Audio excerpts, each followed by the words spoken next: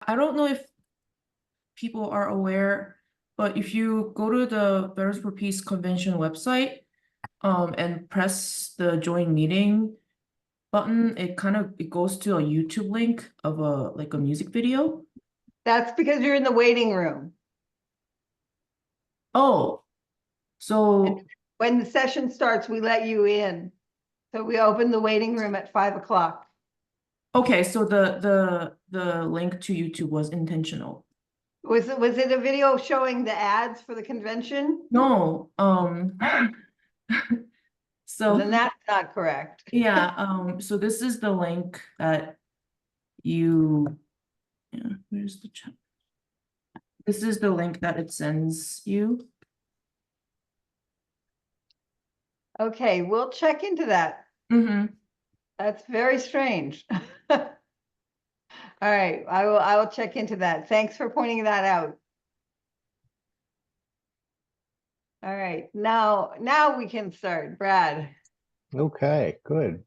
Well, hello, everyone. My name is Brad Wolf, and I'm the coordinator of the U.S. Organizing Committee for the International People's Tribunal on the responsibility of the United States for the 1945 atomic bombings and for ensuring redress to the Korean victims of those bombings. This People's Tribunal is informally known as the IPT. The panel discussion this evening is co-sponsored by the Tribunal and by Veterans for Peace's Korea Peace Campaign, with members of both groups joining in the discussion. We would like to thank Veterans for Peace for hosting this workshop at its annual convention. We recognize and appreciate that one of Veterans for Peace's purposes is to, quote, seek justice for veterans and for victims of war. Numerous panelists this evening will be discussing Korea, the IPT Tribunal, and its goals. This People's Tribunal has a particular focus on the Korean victims of the atomic bombings who were forcibly removed from their homeland by the Japanese during the 1930s and brought to Hiroshima and Nagasaki.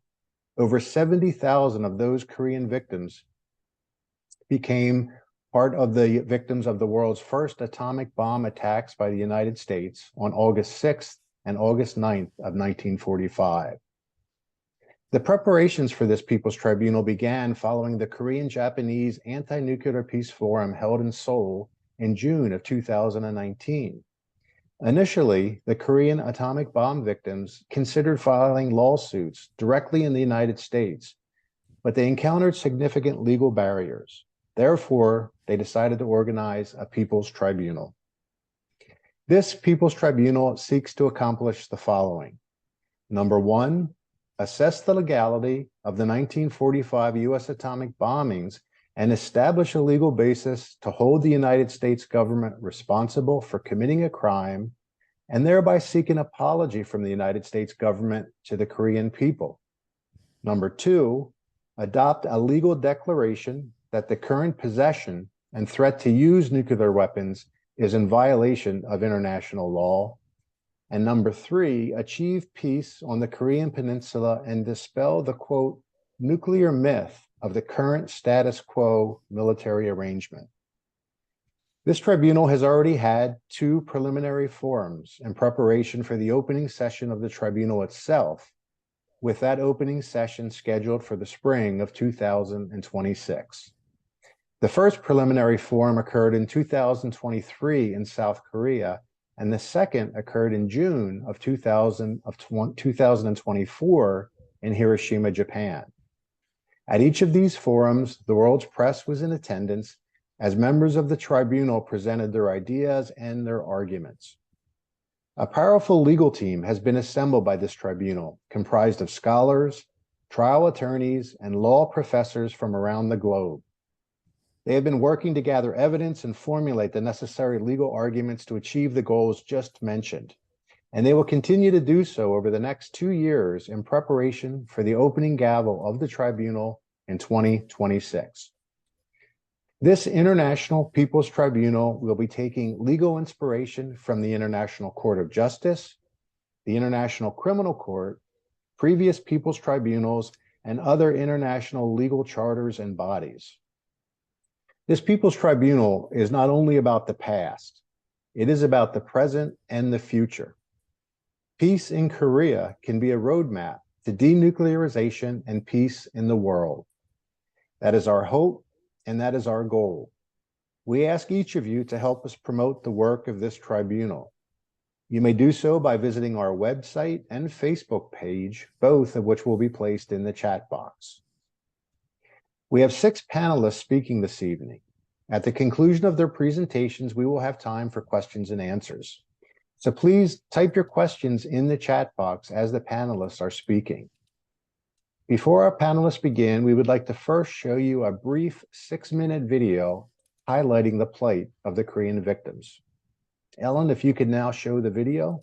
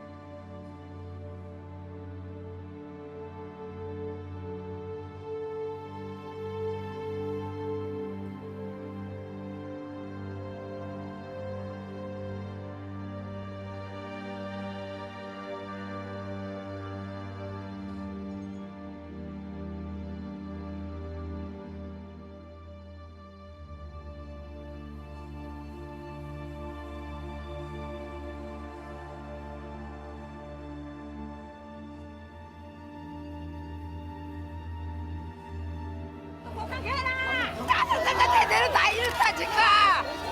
자식 하나는 6년 달에 입을 해가 있고. 어?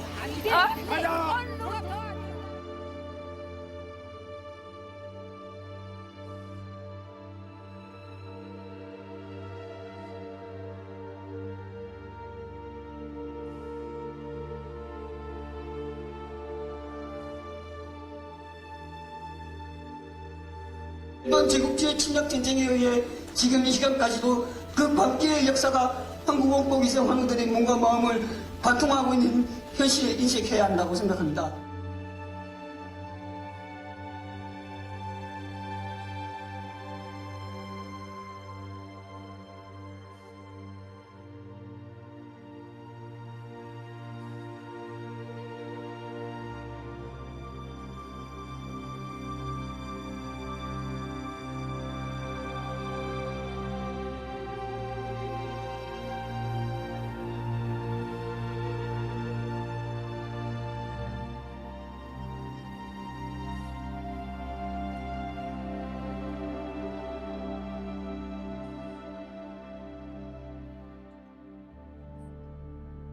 우리들은 미국이 변하기 전에 하루라도 속히 제자에 대한 사죄를 요구합니다.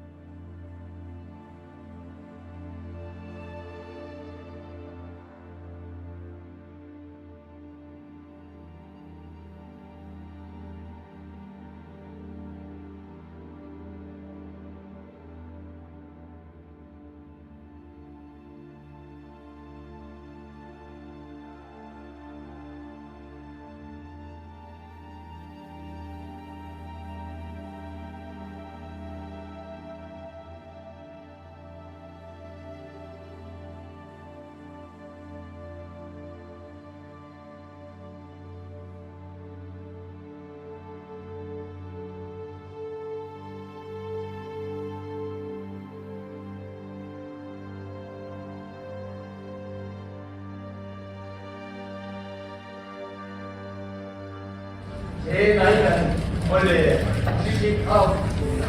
현재 생존에 있는 한국 생존자 실세는 약 1,800여 명 가운데 제가 제일 막내들입니다.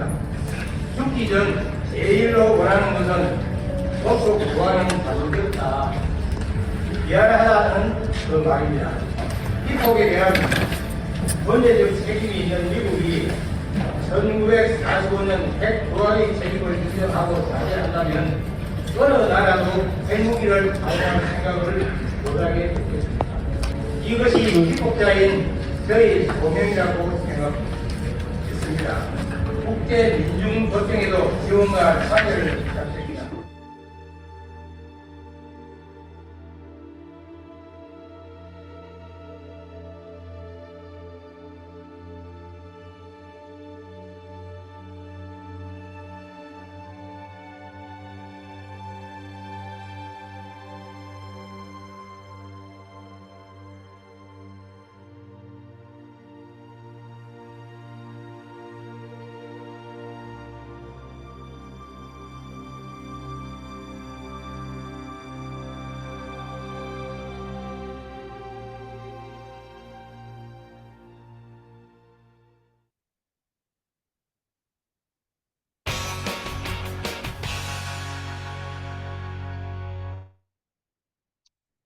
Thank you, Ellen. And thanks to Spark for creating that video. It's on our Facebook page and on our website.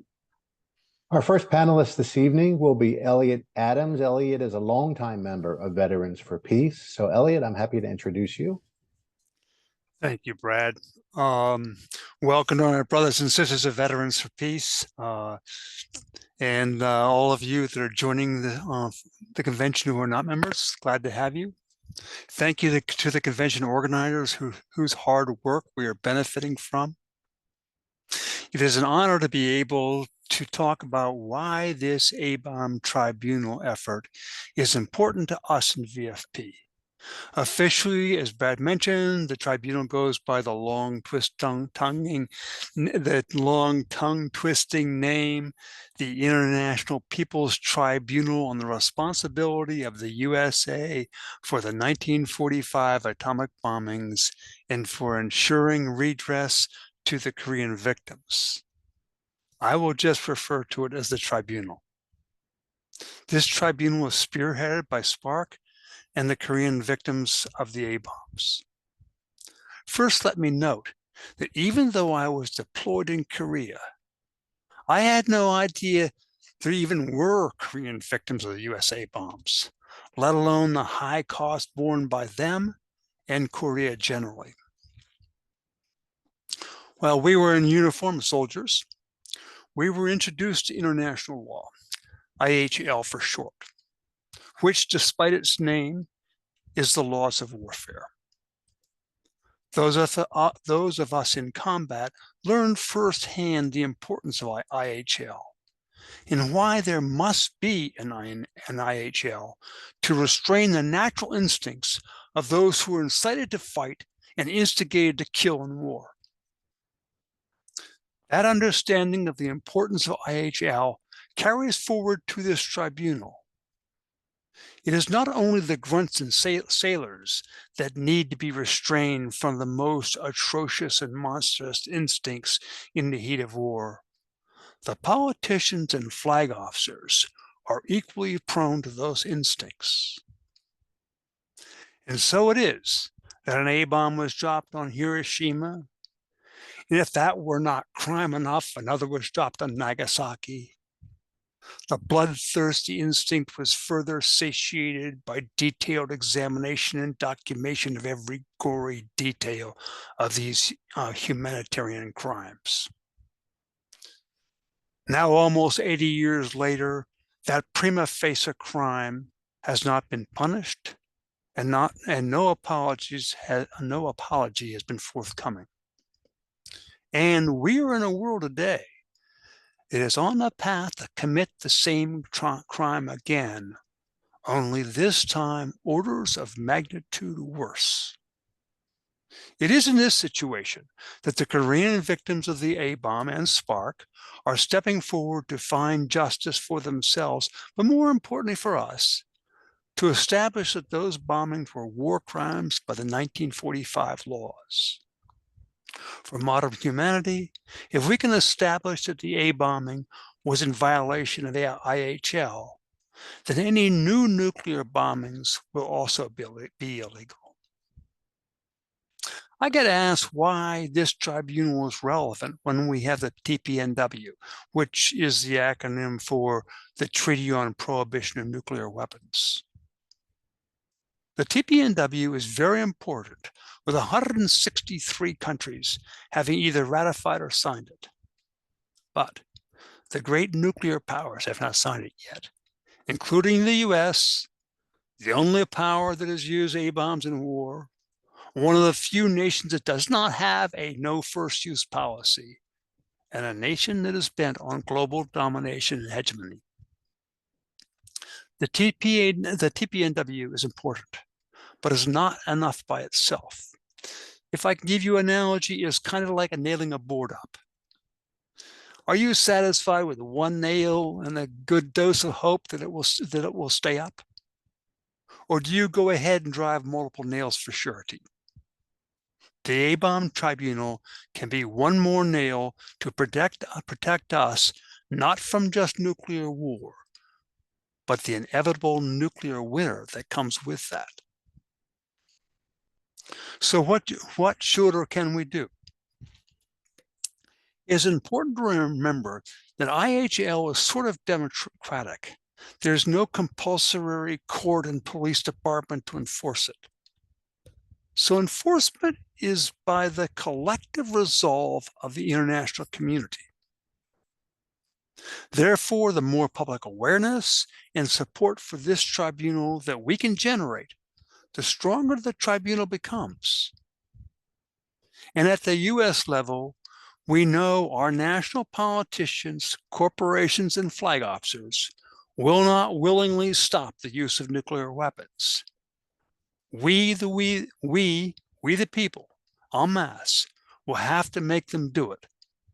Lifting up the tribunal will help. And make them we must for our very survival.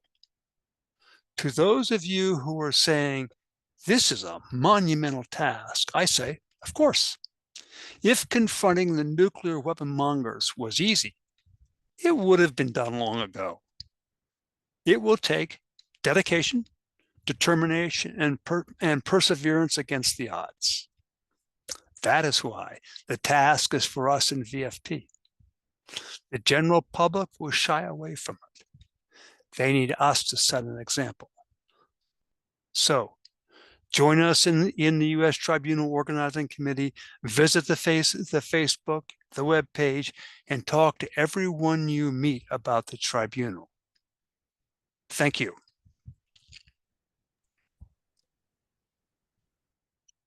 Thank you, Elliot. Thank you so much. Our next panelist speaking will be Joseph Essertier, and Joseph is the coordinator for the Japan chapter of World Beyond War. Joseph, the floor is yours. Okay, thank you. Let's see, I want to share my screen. Okay. So you should see a map. Okay.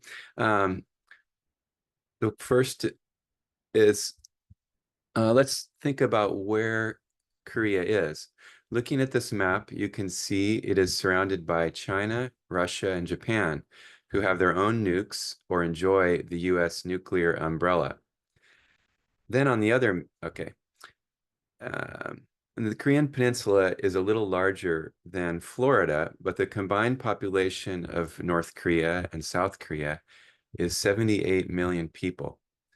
Per square acre, there are 3 times as many people on the Korean Peninsula as in Florida, and lots of mountains, so it is very, very densely populated. The overall US goal in East Asia was once described by Bruce Cummings this way. Ever since the publication of the Open Door Notes in 1900, amid an imperial scramble for Chinese real estate, Washington's ultimate goal had always been unimpeded access to the East Asian region. It wanted native governments strong enough to maintain independence, but not strong enough to throw off Western influence.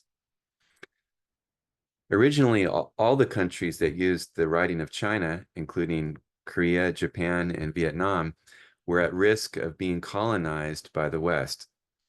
In the case of Japan, in order to prevent this, they invested everything in a policy of rich nation, strong military.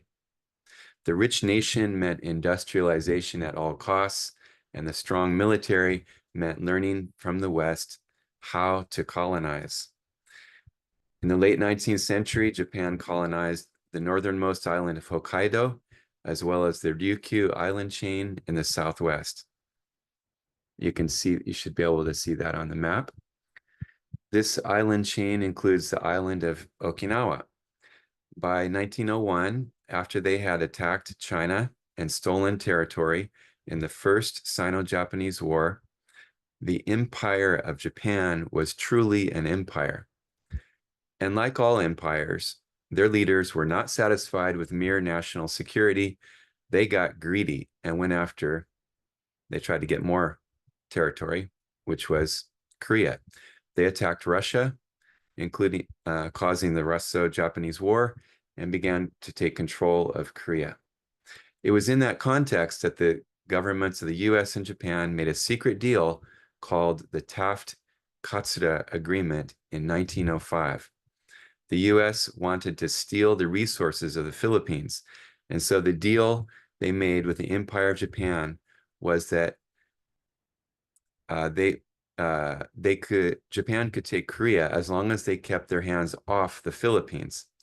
This history demonstrates that our country bears much responsibility for Japan's colonization of Korea.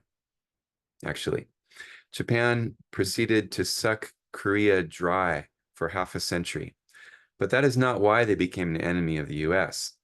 The Japanese became our enemy because their greater East Asia co-prosperity sphere, that is Japan's colonization of East Asia, was getting in the way of our open door policy, which of course was about our greedy business class stealing the tremendous wealth of East Asia. Due to geography, the Korean peninsula had always been vulnerable to invasion, but Koreans had already repelled many attempted invasions by Western countries and had maintained their independence. They fought valiantly against Japanese intruders, especially in guerrilla warfare in Manchuria, warriors like Kim Il-sung. Some of these men gained positions of power alongside him in the new government that became North Korea. Chinese and Koreans had, of course, fought much longer and harder against the empire than Americans. Remember, the Manchurian incident was in 1931. The US did not get involved in the war until 10 years later. Chinese and Koreans had been on their own without the help of the Western powers, up against a modern mechanized military, complete with bomb-dropping planes. Hundreds of thousands of Koreans were abducted and forced to work in Japan and other parts of the empire. A small number of enthusiastic collaborators like Park Chung-hee achieved positions of high rank and privilege within the empire. He even got a watch from the emperor. Of course, the vast majority of Koreans in Hiroshima and Nagasaki were victims of circumstance. Many or most had been taken to Japan against their will.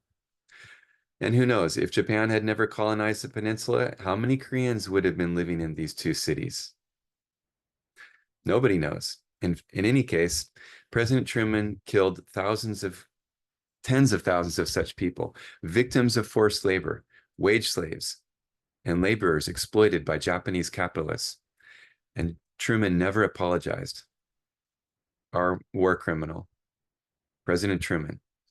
The government of Japan gave health insurance to many Japanese hibakusha or A-bomb victims and gave them official recognition, but the US government has given Japanese and Koreans nothing. In fact, to add insult to injury, the US nuclearized the Korean Peninsula. It was our government who introduced nuclear cannons and Honest John nuclear-tipped missiles into South Korea in 1958 in open violation of the 1953 Armistice Agreement that prohibited the introduction of qualitatively new weaponry. We continued stockpiling nuclear weapons for decades until 1991. Then we have switched to more effective, more destructive conventional weapons. The Korean War was underway by 1949 and would have never happened if it had not been for the US and the Soviet Union dividing the peninsula after the war, or for the United Nations overseeing totally unfair elections in South Korea. The US Army military government in Korea ruthlessly cracked down on people of a variety of political persuasions, not only communists, but also others who favored democracy, who did not approve of the concept of having two governments in Korea, one of them heavily backed by a foreign government. The soldiers and police that were hired by Washington in post-war Korea reminded many Koreans of the Empire of Japan. In fact, Washington hired many of the same Korean police, the same treacherous ones who had worked against the resistance, the Korean resistance. South Koreans suffered under a US-backed undemocratic government ruled by killers of Koreans, like Syngman Rhee, for decades. How angry Korean A-bomb victims must have felt when they returned to their home country and saw this US oppression. How could the UN recognize the government of South Korea under the fascist dictatorship of Syngman Rhee after they had observed such unfair elections, when people in the North were unable to participate, when there was violence at polling stations, there were vigilante groups, and when they did not even observe in many areas of South Korea the elections? The UN and the states that fought in the Korean War have lots of blood on their hands. Japan, the original colonizer of Korea, paved the way for US oppression. But if we are talking about nukes, then we must admit that our country has the greatest responsibility for the nuclear crisis on the peninsula. We have to think about this, talk about it, get our government to apologize to the Korean A-bomb victims, and yes, denuclearize the peninsula, all of it. Our country has never negotiated in a sincere way. In 2019, Trump demanded complete capitulation from North Korea, with a population 13 times larger and a defense budget 150 times larger, hundreds of military bases nearby, aircraft carriers, etc. He demanded capitulation. He demanded that North Korea give up their nuclear deterrent as well as all their chemical and biological weapons programs while we keep our weapons of mass destruction. They tell us where their nukes are, allow inspectors in, they dismantle all their nuclear facilities, find new jobs for their scientists, and after all that, then we will give them a promise not to attack. What a sweet deal. And Trump was the first president to actually go sit down and talk with them. All through the period after the Korean War, which has not ended, we have never negotiated with North Korea in a good faith manner. Ours is the only country that has actually used nukes on civilians in war. Unlike China, we do not have a no first policy.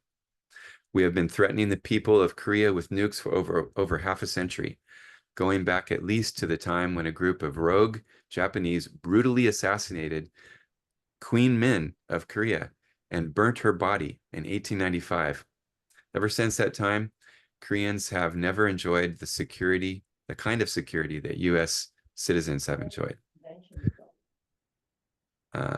Demanding justice for them will be good, not only for them, but also for people living under the nuclear threat on the peninsula, and for everyone in East Asia.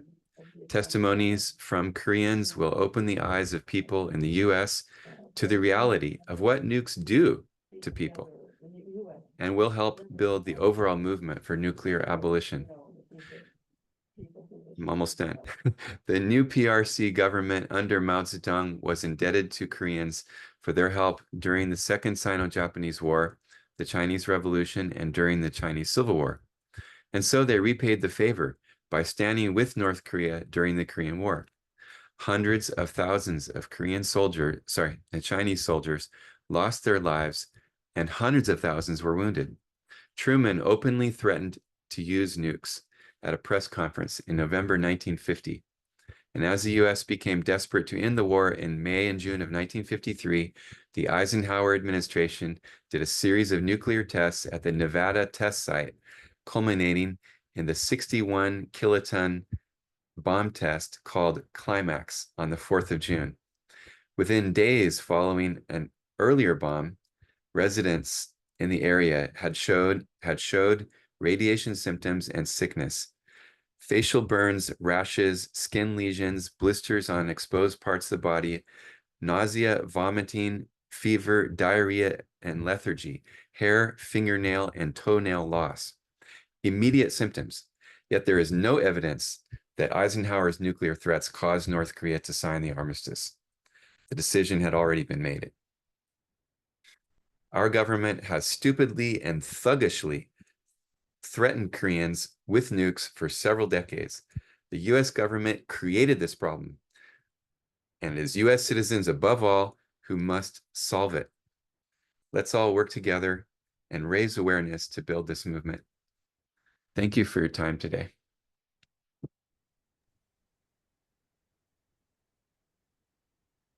Thank you, I have to Joseph. stop screen share. Okay. Yep, there you go. Thank you. Thank you for that comprehensive discussion. Our next panelist is Kapsong Kim, and Kapsong is the National Coordinator for the Korean American Peace Fund.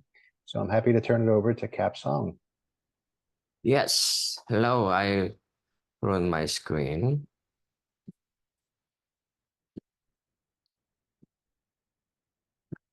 Okay, so the reason that I'm going to explain about peace movement and Korean American community is that we are your neighbors.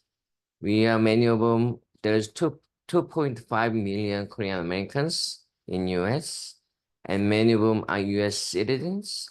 And we feel that we have a responsibility to work in the US to bring the peace and denuclearization of Korean Peninsula.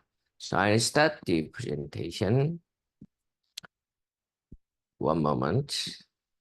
Something is wrong. So I try to only again. Okay.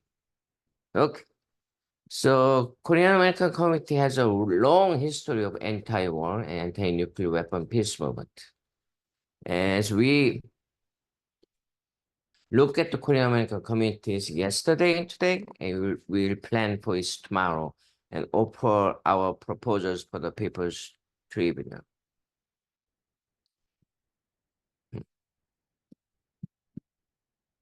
Okay, 1980s, influenced by the Gwangju Uprising, the organizations like Young Koreans United and Korean Americans for Peace and Justice, founded in 1983, began engaging in anti-war, anti-nuclear peace movement that spread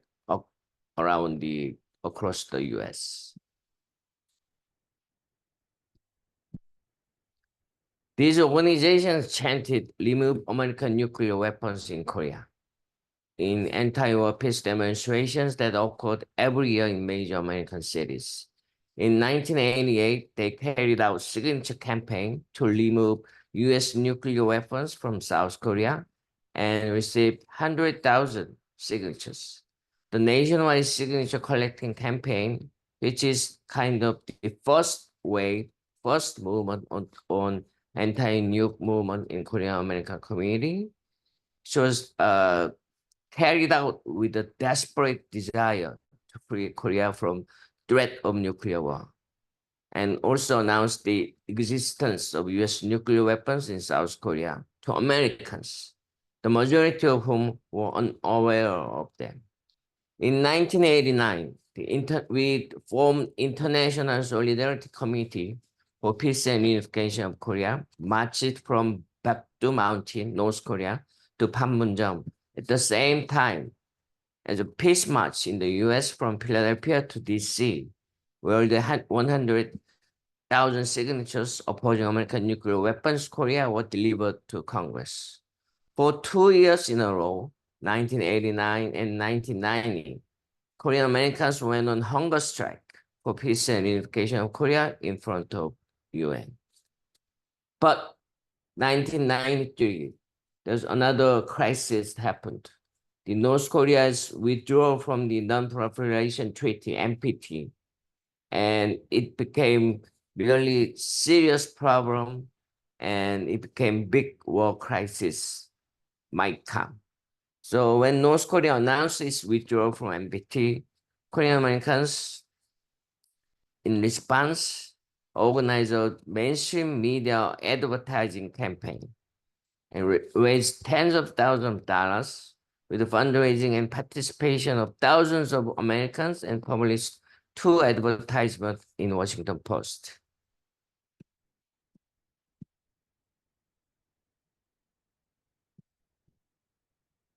So this is the actual the photo of the advertisement. We want the end the nuclear crisis in Korea. So we ask North Korea to reconsider getting out of the NPT, and also we ask for signing peace treaty. We ask for U.S. troops out of South Korea, and we ask for the official ending of Korean War, which is not ended yet.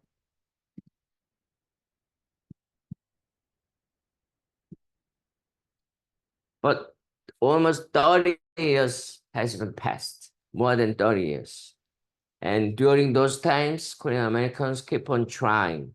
We went to North Korea and even crossed the border from north to south. We had so many activities that trying to bring the peace in Korea. But after the Trump administration, we felt that it went back to 30 years ago. So those people who created a lot of organizations during 1980s and do the anti-war, anti-nuclear weapon peace movement, we are gathering again, and we are trying to push again. So in March of 2023, the Koreans who organized with YKU and KPJ during the 1980s, with the second generation of Korean Americans, adoptees, and other members of the new generation, formed another organization, Korean American Peace Fund, and start to new anti-war, anti-nuclear peace movement in the US in the face of the escalating war crisis in Korea. So we have 4 missions. One is reduce US military spending in Korea and worldwide. Secondly, stopping joint military exercises between the US and South Korea, and as well as urging an end to military competition. Number 2 is peace agreement and the declaration of the end of the Korean War, along with supporting diplomatic negotiation for peace and advocating for denuclearized Korean Peninsula and world without nuclear weapons and threats. So we are joining happily and really, pumped up to work with People's Tribunal. The role of Korean Americans is essential in the People's Tribunal taking place in New York 2026 to encourage active participation of Koreans and Americans. We have plans to promotion education. We will lead experts in peace, environmental, human rights, women's rights, and other diverse fields to participate. We prepare to host workshops for the 3rd round of conference of the Treaty on Prohibition of Nuclear Weapons, TPNW, to be held in March 2025 also.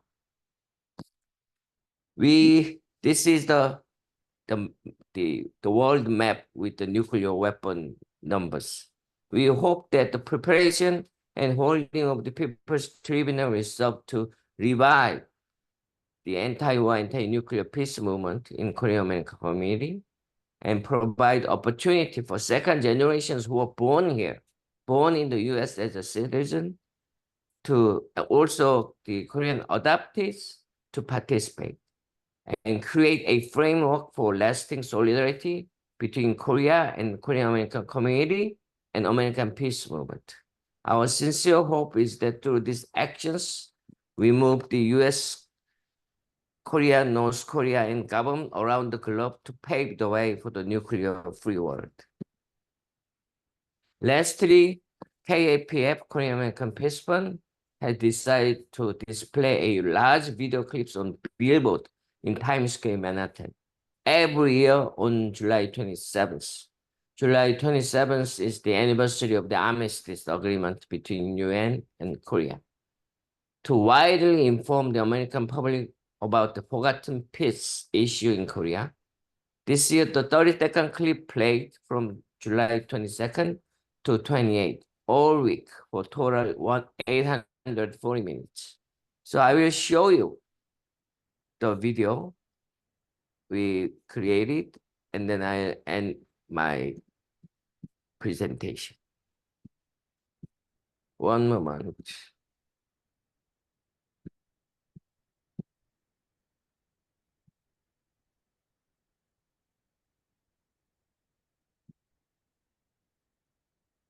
Sorry.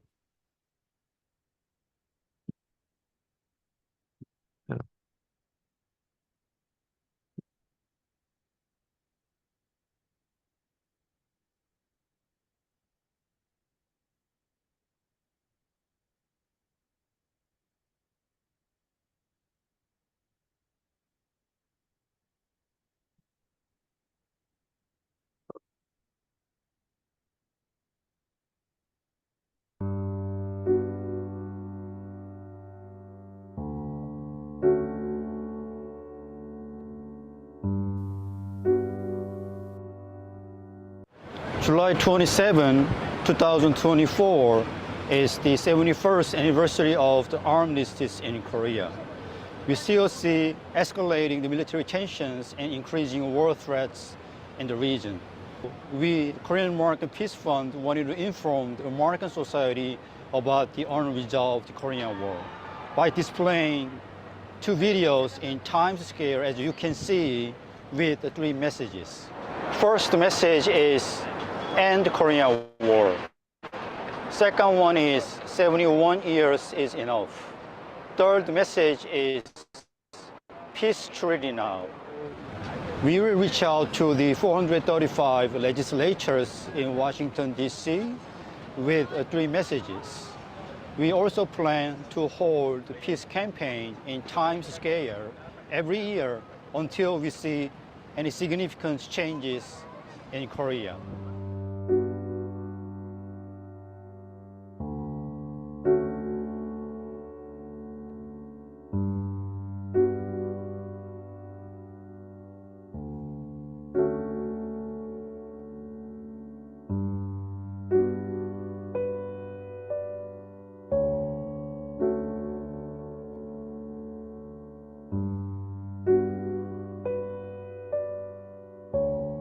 한국 전쟁을 직접 경험한 저는 오늘 이 캠페인의 중요한 의미를 우리 후손들에게 제가 겪은 뼈아픈 일을 겪지 않도록 간절히 소망하는 바입니다.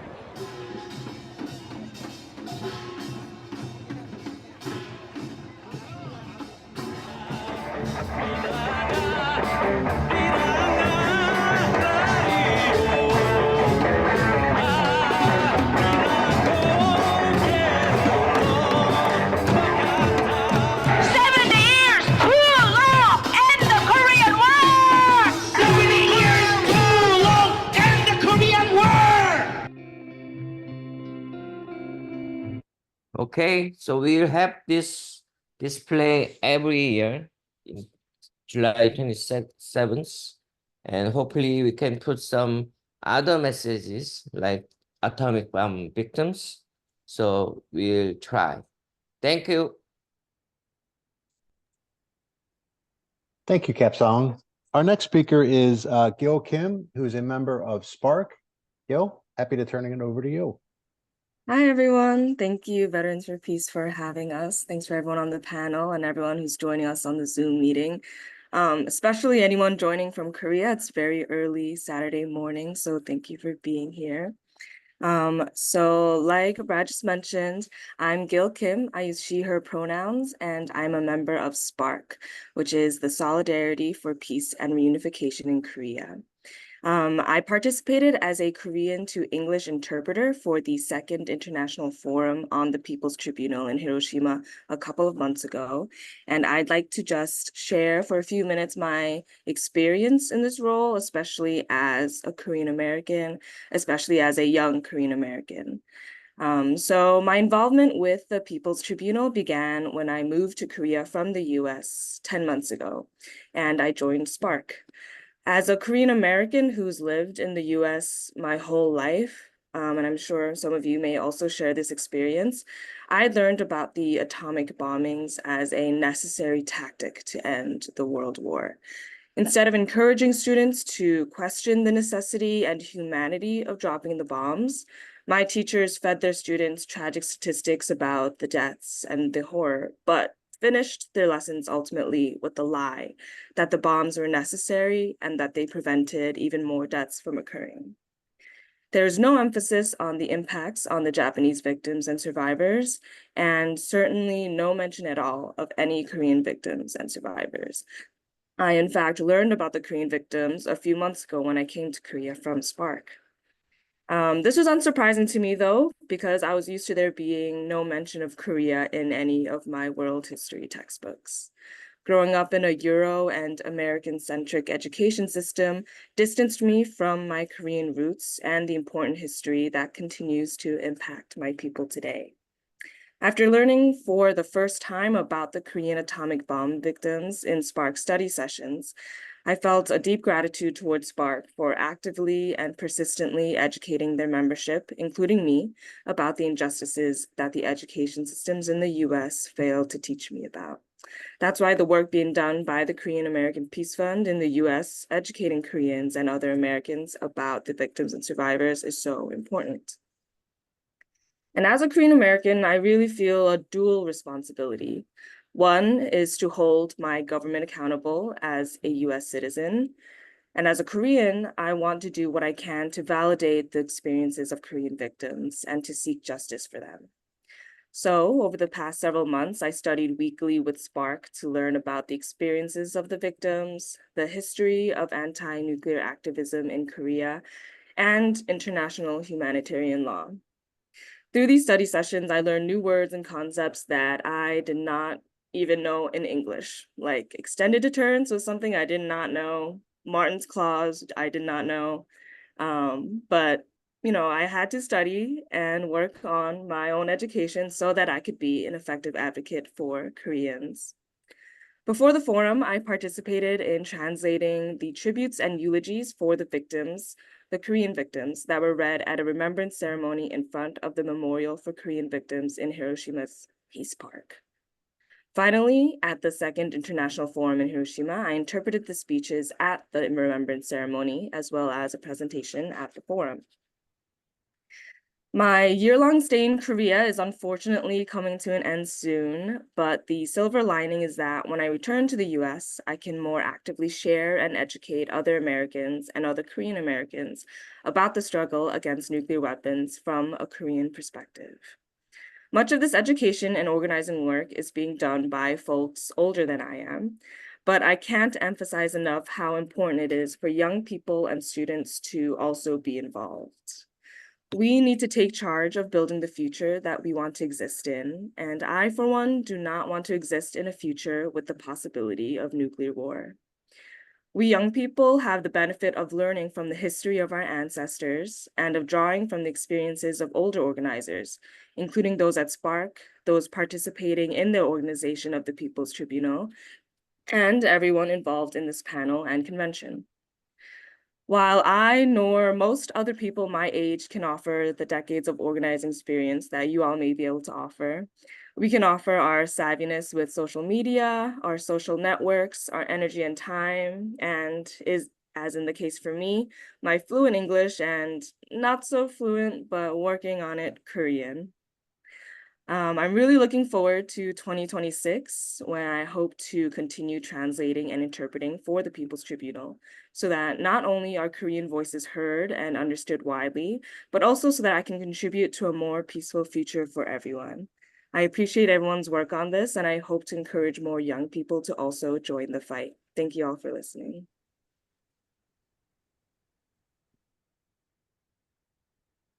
Thank you, Gil.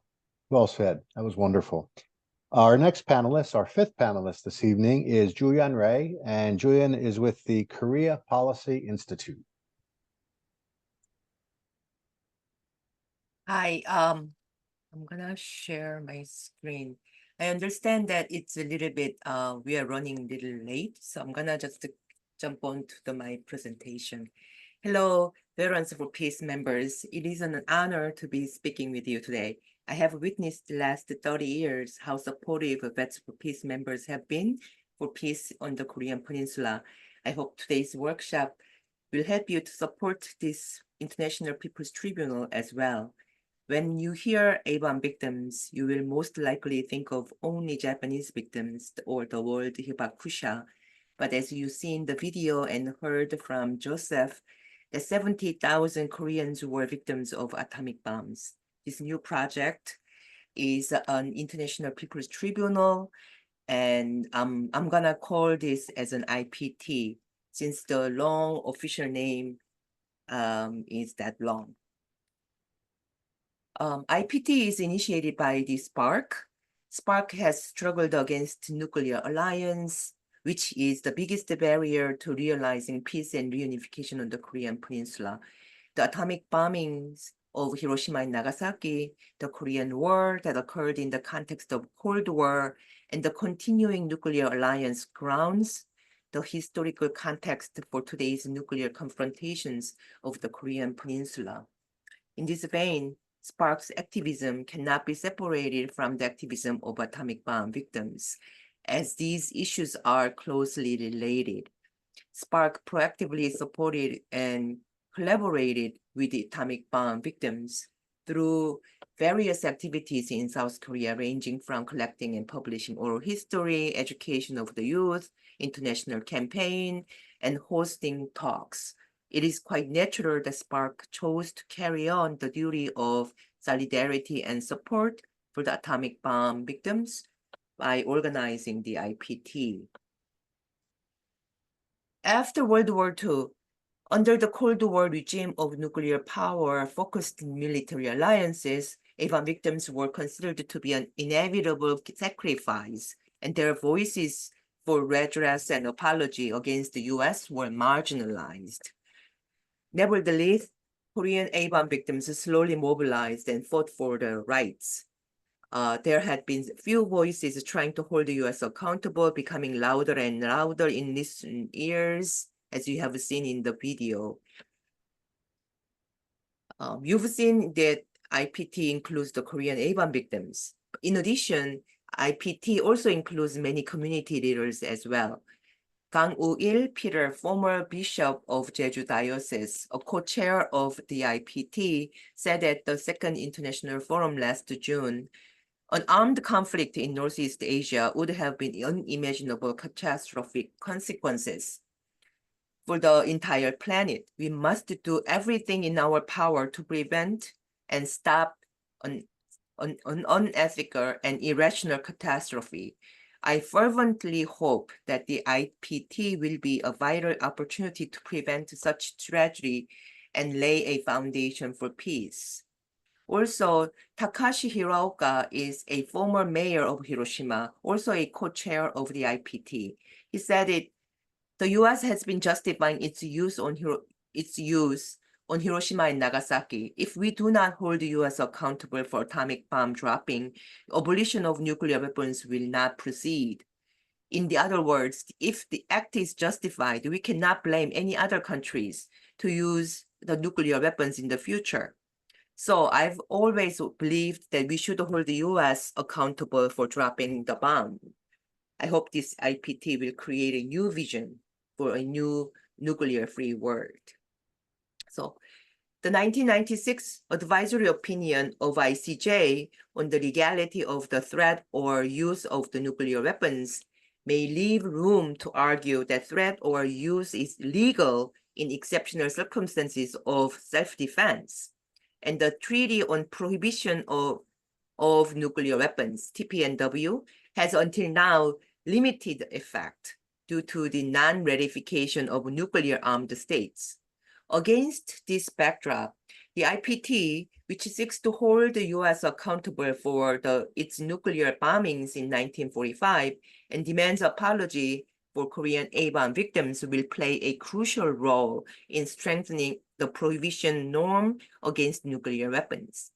In this way, the People's Tribunal has a great significance in preventing the threat of nuclear weapon use on the Korean Peninsula and in Northeast Asia, as well as concern of nuclear use in Europe due to Ukraine war, from escalating into an actual nuclear use and in realizing peace. Mr. Go Young-dae, representative of SPARC, said at the same second international forum last June.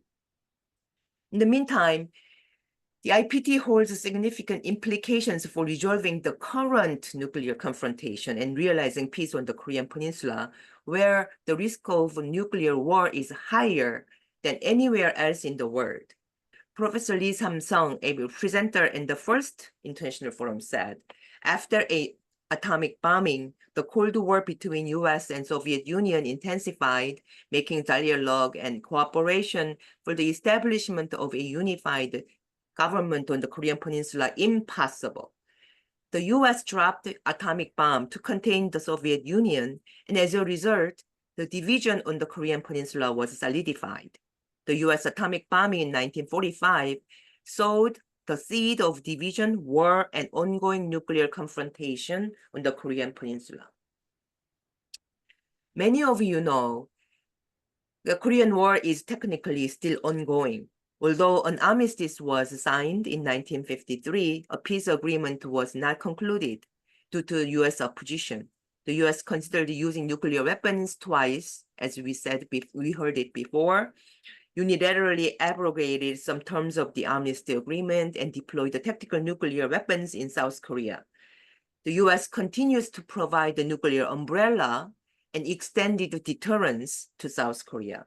This US nuclear policy on the Korean Peninsula seeks to strengthen the nuclear threat to North Korea while strengthening the binding nature of alliance to South Korea. 74 years of US nuclear threats against North Korea since the Korean War have resulted in North Korea's development of nuclear weapons and strengthening its nuclear capabilities. Today, the Korean Peninsula has become the epicenter of global nuclear confrontation. The US has never abandoned its first-use policy.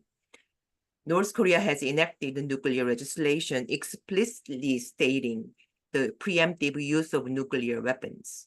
While conflicts and confrontations are intensifying worldwide, such as in Ukraine and Gaza, the Korean Peninsula is a place where a confrontation is based on the policies of nuclear preemptive use. According to Dan Smith, CIPRI director on 2024, we are now in one of the most dangerous periods in human history. As the US accelerates efforts to forge a global alliance encompassing NATO, the US, ROK, Japan alliance, and AUKUS, with Australia, the restoration of Russia and North Korea alliance has made the Cold War-like confrontation even more pronounced.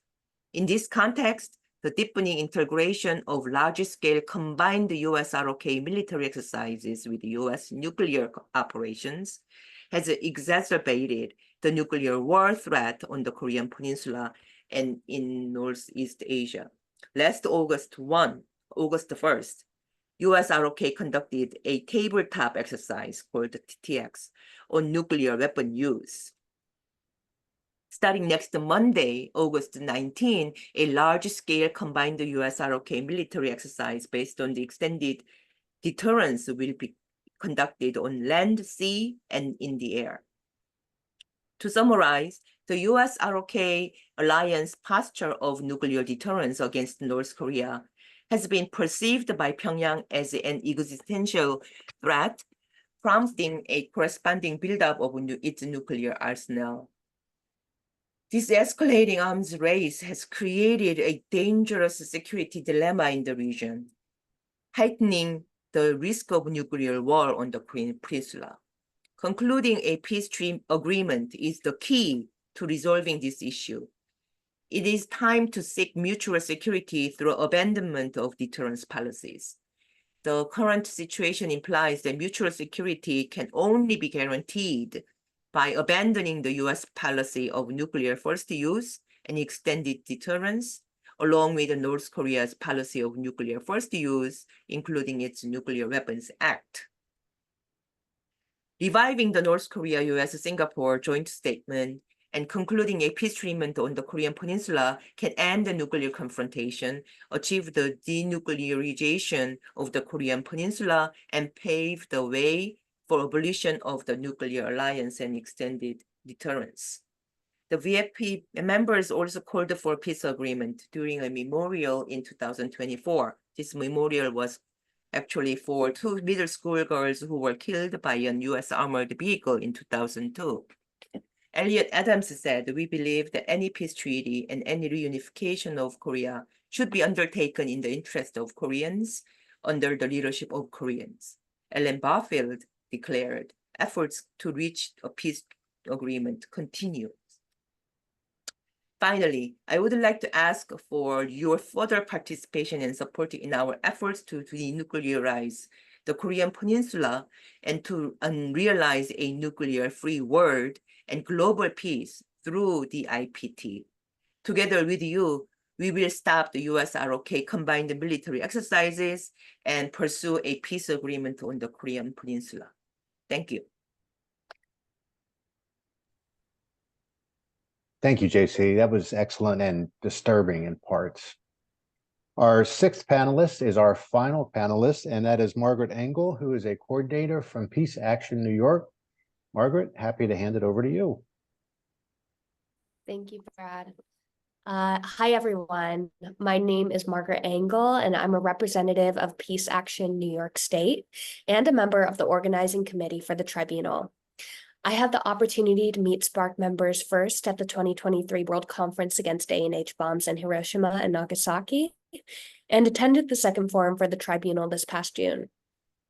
After hearing about SPARC's vision for the tribunal and why it's so important for the United States to recognize the multi-generational struggle of Korean A-bomb victims, it was a clear and easy decision for Peace Action New York State to stand strong with SPARC and the other sponsoring organizations, and I encourage people listening to consider joining the cause. As has been discussed, the People's Tribunal will be held in New York City and feature a team of lawyers, scholars, A-bomb victims, and civil society members. As the Student and Campaigns Coordinator of Peace Action New York State, I will do my best to encourage student attendance as well. In order to be ready for the tribunal, it is crucial that we do the work of educating Americans about the truth of what happened to the Korean A-bomb victims before, during, and even long after Hiroshima and Nagasaki. We've discussed as a committee various ways of getting the message out there, including sharing translated testimonies of Korean A-bomb victims, creating accessible literature and promotional materials, and attending conferences like this. The aim of the organizing committee is to do as much outreach as we can prior to the event and ensure participation and attendance when it's needed most.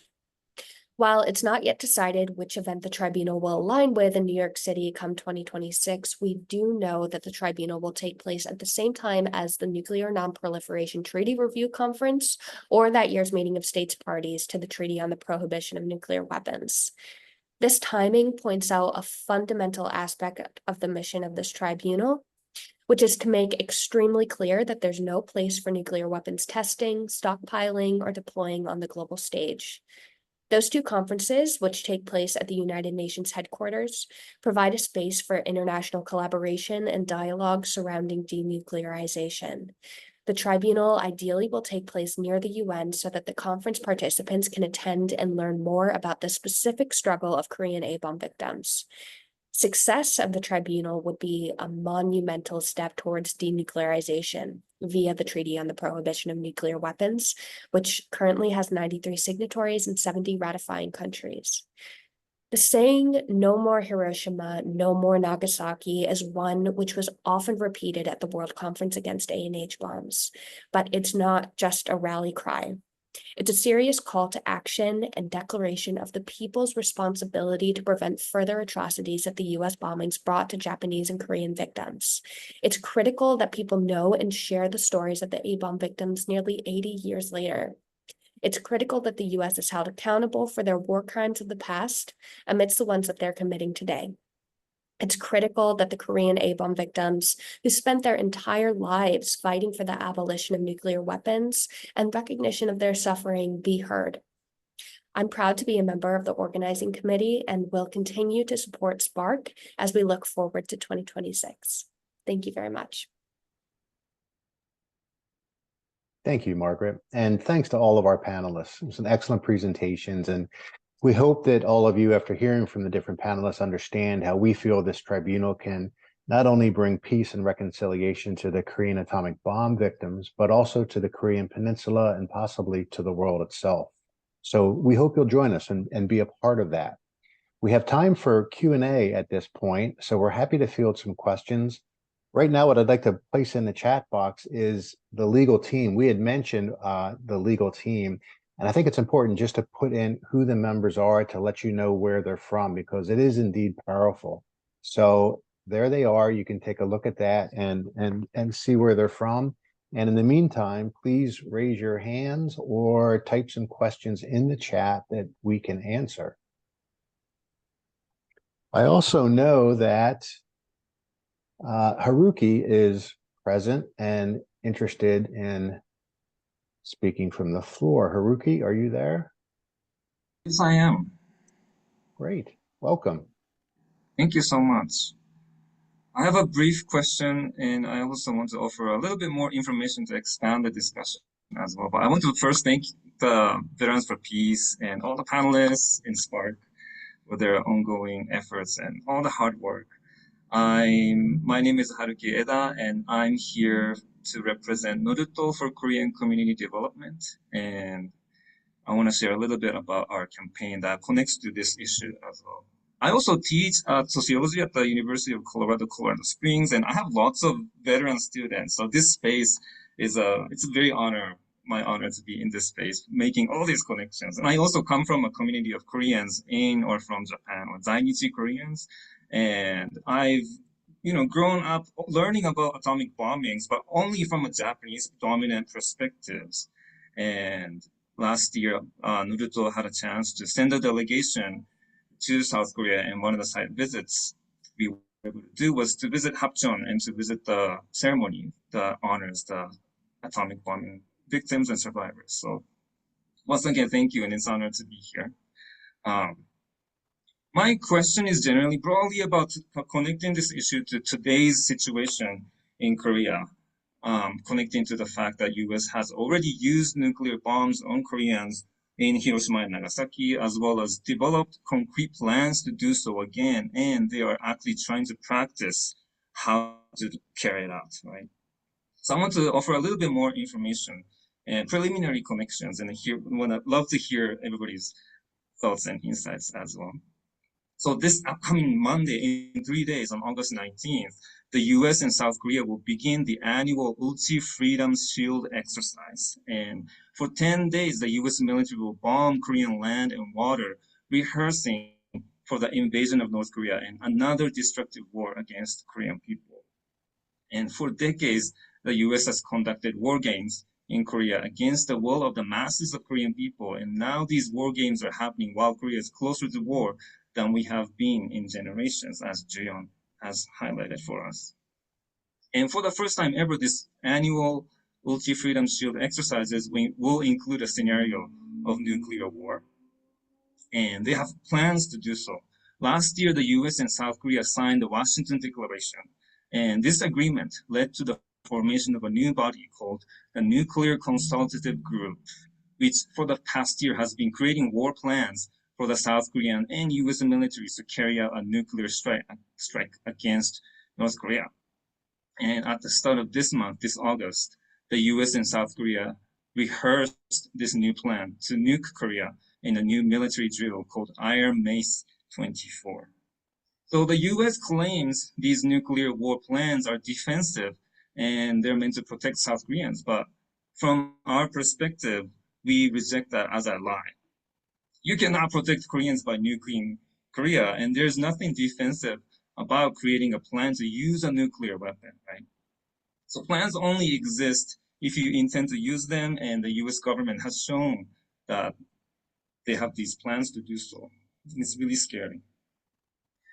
North Korea's nuclear weapons only exist because of US nuclear threats, and the US first brought almost 1,000 nukes to Korea in the 50s, sneaking them into our homeland without the knowledge of our people, in direct violation of the Armistice Agreement. And all these war games in Korea are only possible because of the US and South Korea military alliance. And this alliance doesn't protect Korean people or people in the US either. Because of this alliance, the US can treat Korea like a military base and use our land to threaten the whole region. So based on these kinds of analyses, Noruto has just recently launched the US Out of Korea campaign. And just briefly, we have 4 demands. Number 1, the full and permanent withdrawal of US troops and weapons systems out of Korea. Number 2, an end to all US-South Korea alliances, including all the joint military command structures. Number 3, we want an end to all aggression against North Korea, including US military exercises in Korea, as well as sanctions against North Korea. And finally, number 4, we want an end to the war economy, and we believe that the US government should divert spending from war, prisons, policing, and more towards education, healthcare, welfare, and climate justice. So I just wanted to share a little bit of this information. And my question also is, could you give us, could you guide us towards any other important connections to make in resisting US military involvement in Korea? What else should we be aware of in making all these connections? If you have any thoughts about that. Thank you so much. Thank you, Haruki. That was excellent. And you know, it's amazing how they call them war games, as if they're not dealing with the lives of tens of millions of people. So it's really disturbing to hear that kind of language. Is there anybody among the panel who'd like to answer or respond to anything Haruki said? What I'm going to do is, to answer the question, place in the chat box some of the organizations that have already signed on to this tribunal, and let him know that he can reach out and contact them. And this may be a method to help leverage the message that he was just articulating. But other panelists want to respond? I think leveraging partnerships is so key in what we're trying to do in order to get the word out, in order to have a positive effect on this. When we were in Hiroshima just this past June, listening to the legal team present, they seemed quite hopeful that they can make an argument that will be supported internationally, that the possession and the threat to use nuclear weapons is illegal under current international law. Now, if they're successful in that case, obviously that is a huge win and a huge thing that we can do. So again, we would encourage you to follow the tribunal. We're going to try to be pumping out information as quickly as we can. This legal review team is working very hard developing position papers and arguments. And 2025, the rest of 2024, but 2025 is going to be a very important year for the tribunal, as a number of events will be held publicly to present these issues. Other thoughts or questions, either from the panel or does I know Oharan is on and Hyung is on. Does anybody from Spark want to comment?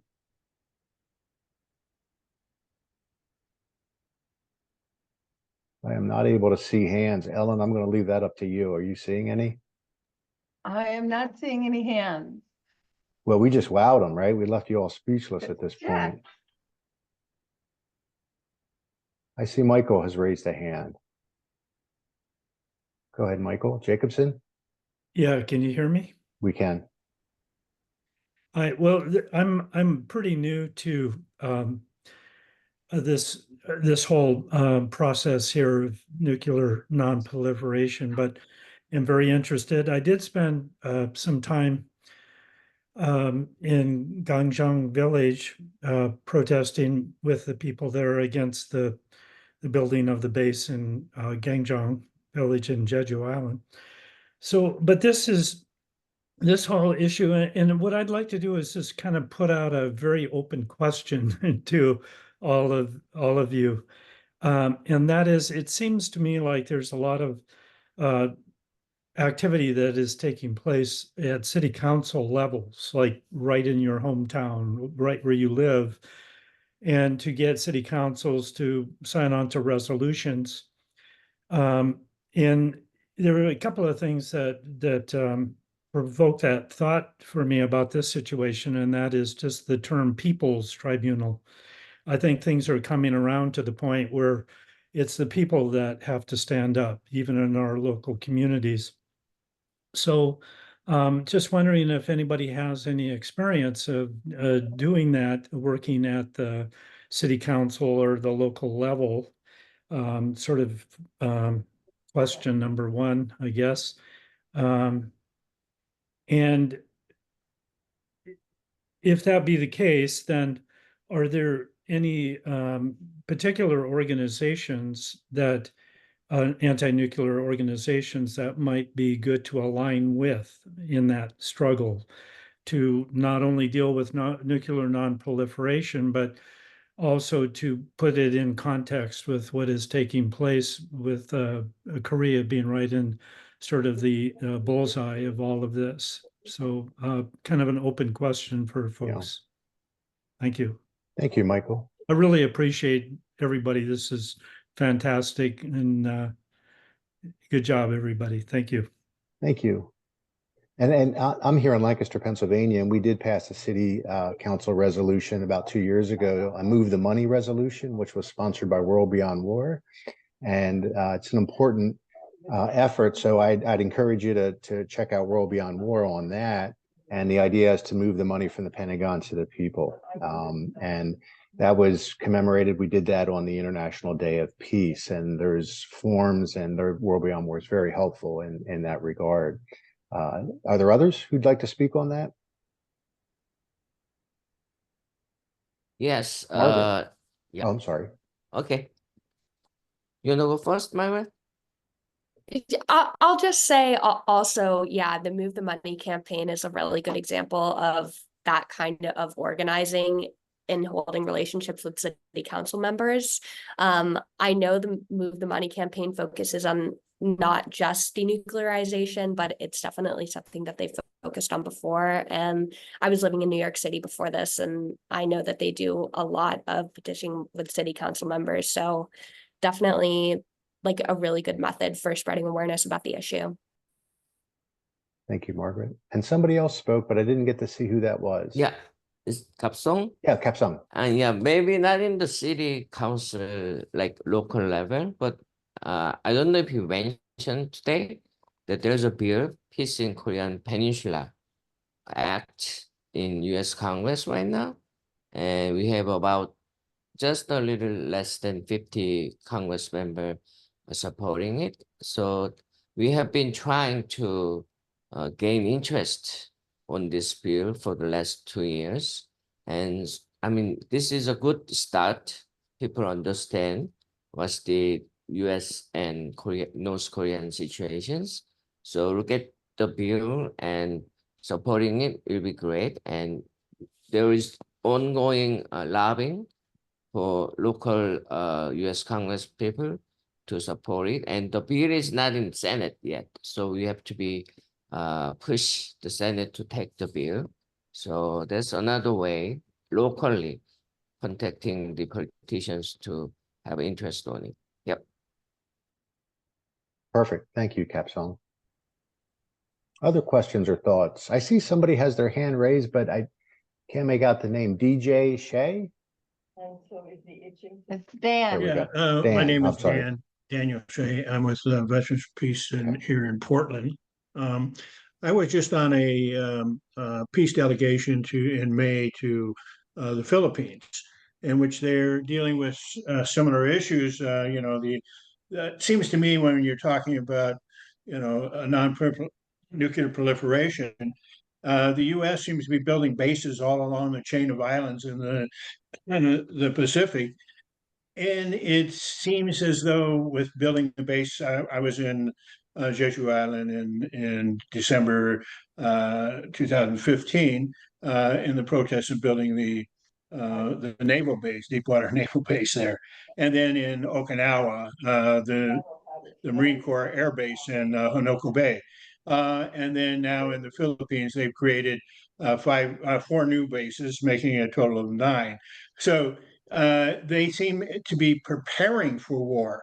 And when we're talking about what's going on with the proxy war in Ukraine and the threat of nuclear proliferation and war, it seems to me that the bases in the Philippines, there's a real question of whether nuclear weapons are being set there and whether they're really preparing to create another provocation to poke the tiger and go to war. How do we stop this? How do we stop this whole chain, and how do we bring all the islands together to face what's going on? Even in South Korea, the THAAD missiles are not facing at North Korea, they're facing at China. So let's talk about that. Yeah, very important point.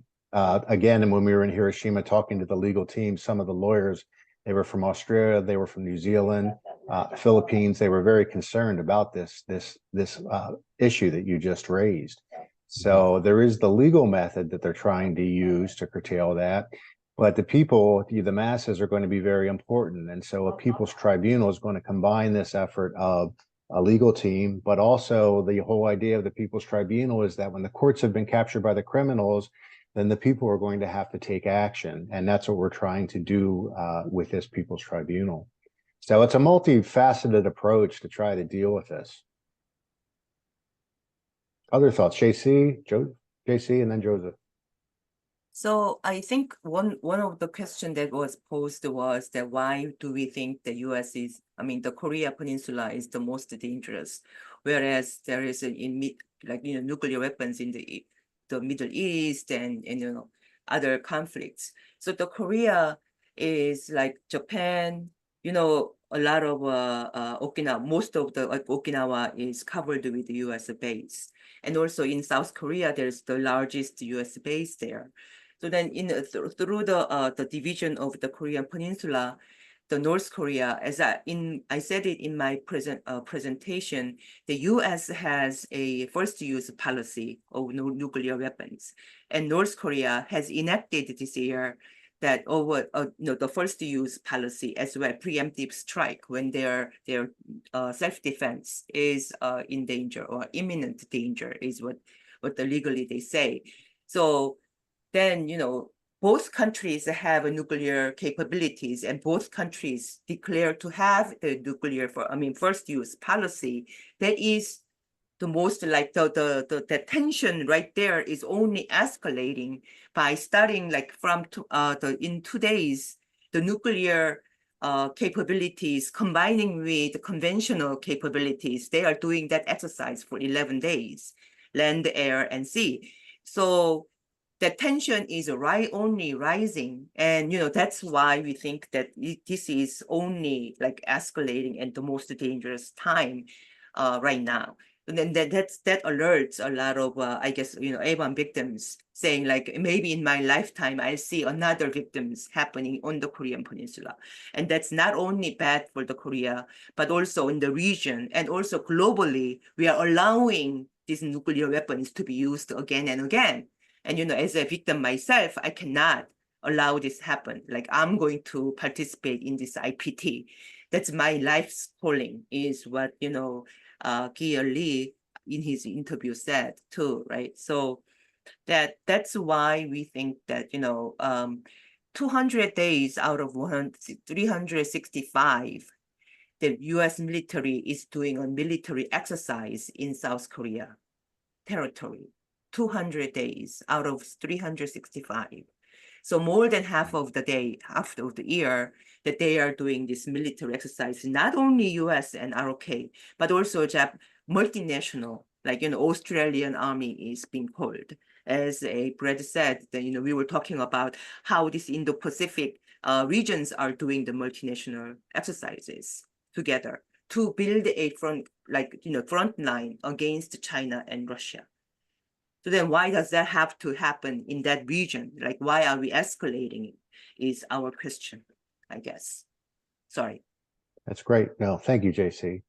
And I really think we have to get Americans to change the stories they tell themselves about war and peace. I see there's a question from the audience. You want to go ahead? Hey, wait, I just wanted to say in the chat, there was a question about would it be possible to get an update on the anti-militarist struggle in Jeju Island? Sure. Who would like to handle that? I was in Jeju a few months back. They are continuing to struggle every day. They are having the 100 bows. They are having the hands around the base. They are having what do you call it? Religious ceremonies. I'm not a Catholic. Anyway, so they are continuing the struggle, very important struggle, and a bit of and I encourage people to go, especially Americans, to discover our role in the massacre. And they are also under threat of a new airbase, if that's a quick update. Thank you, Elliot. Can I add one more thing about so there was question that why is it Korea is so dangerous? I mean, think about the military drills. NATO, they are doing military drills in Europe for 5 months in a year. And you know how many people are participating? 90,000 troops. And in Korea, you know how many people are participating? The soldiers? 300,000. And it's like the most densely, populated, the biggest military drills in the world every year. So this is when, it became a war. It's gonna be like, of course, right now, Palestinian, Israel situation, Ukraine, and Russia situation is, this is happening. So that's really tragic situation. But when it happens in Korean Peninsula, it is really devastating impact on not just in Korean Peninsula, but in the world. The reason is that right now, US government is pushing Japan to join military exercise with South Korea also. So it's not just US and South Korea. Now it's US, Japan, and South Korea. And they are trying to build a new NATO in Northeast Asian areas against China and Russia. So it became a new battlefield. So North Korea going to Russia, and they form a coalition. So it's getting worse and worse, the military tension is. And, Russia, China, Japan, US, South Korea, North Korea, this is huge, huge conflict. So that's why it is so dangerous in the world that something happens militarily in Korean Peninsula. Yep. Thank you, Kapsang. Yeah, yes, and sticking on that same thing, the conflict in Israel and the Middle East is not the US's plan. The conflict in China and Korea is the US's plan. That's right. That is deliberate, intentional plan to create conflict there and using Korea as a center of that conflict, and unfortunately, highly likely to become nuclear. Yeah, the primary enemy is China, and that's you hear that constantly. And there's a lot more racism. I mean, you look at the way that they talk about China and the just the, you know, we hear constant racism from all these Congress people. And yeah, I feel the same way. It's so the long term. Right now, what are they doing? They're weakening Russia. They're getting, this is preparation for the ultimate. The ultimate goal is China. There's just, this is just one of the first steps. But that said, you know, who knows? You know, Israel could use nukes. They have something like 130 nukes, and they could use them. Iran's. We're all waiting right now for Iran to attack. But going back to I think we didn't answer the question that was asked about how do we get all these countries, the Philippines, South Korea, Japan, Okinawa, how do we get all these to prevent the spread of nukes? And I feel like I think that what he was getting at is that the U.S. military has a history of sneaking these in. We had nukes in Okinawa for a while, and yeah, that could easily happen. And so, yeah, how do we prevent the U.S. from doing that, from just, you know, slipping nukes into this region? And my immediate response to that, just off the top of my head, is that we need I think this theme is coming out, that we need a people's movement. We need some kind of democratic struggle. And sadly, there's nothing really big happening right now. There's no, well, maybe the biggest thing is, as we have in the student movement in the United States is, you know, students who are standing up for the rights of people in Gaza with a really pure heart, you know. That's going somewhere. I feel like, okay, that's good. But like in East Asia, it's very each country is concerned with their own parochial problems. I see, especially in Japan. Maybe people can comment on the Philippines or South Korea, but I see like everybody's just like trying to protect their own little country, and there's no like unified movement in this region against the U.S. empire. And yeah, they could slip in all kinds of, not just nukes, but drones and